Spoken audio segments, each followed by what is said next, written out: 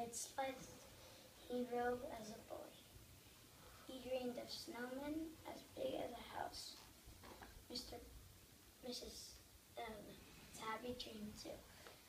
She dreamed of snowdrifts she walked on as a kitten, and she dreamed of deep tunnels through white yards. Can you see? Do you want to move a little closer so you can see the book too? Very good. Mr. Putter and Tabby were old now. They had a lot to dream about. That is why they loved wintertime. They also loved wintertime because wintertime brought Christmas.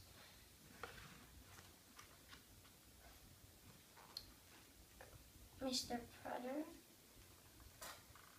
loved to give Christmas presents. He started thinking about Christmas presents in July.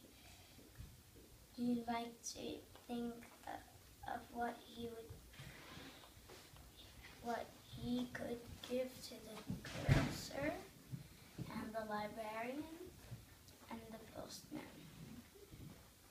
Mr. Putter also had to think about what he could give to his neighbor, Mrs. Teeber. That was the hardest of all. He usually had to think about this all the way to December. Mrs. Teeberry liked strange things. She liked coconuts made into monkey heads. She liked salt shakers that walked across the table. She liked little dresses for teapots. She even liked fruitcake. Mr. Putter could live with monkey heads and walking salt shakers and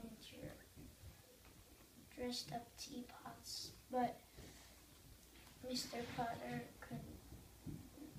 could not believe that Mrs. Teaberry liked